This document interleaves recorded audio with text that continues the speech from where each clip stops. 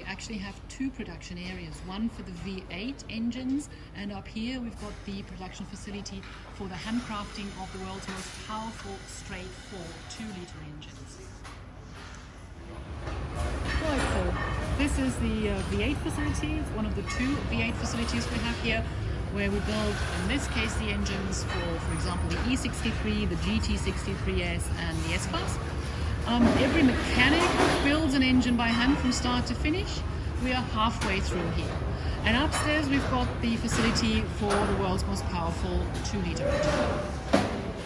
So we're very close to the engine being finished.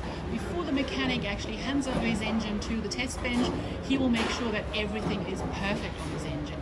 He will check, as you can see, the outer appearance, he will check for completion, and he will fill the engine with oil. This is the HWA facility where the GT3 and GT4 race cars for AMG are made.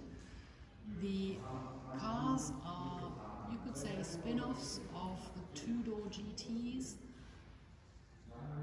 which are available in GT3 and GT4 versions for those different racing seasons. The car in front of us actually is a fully fledged GT3 race car. Now this is the GT3 Evo version, which is new.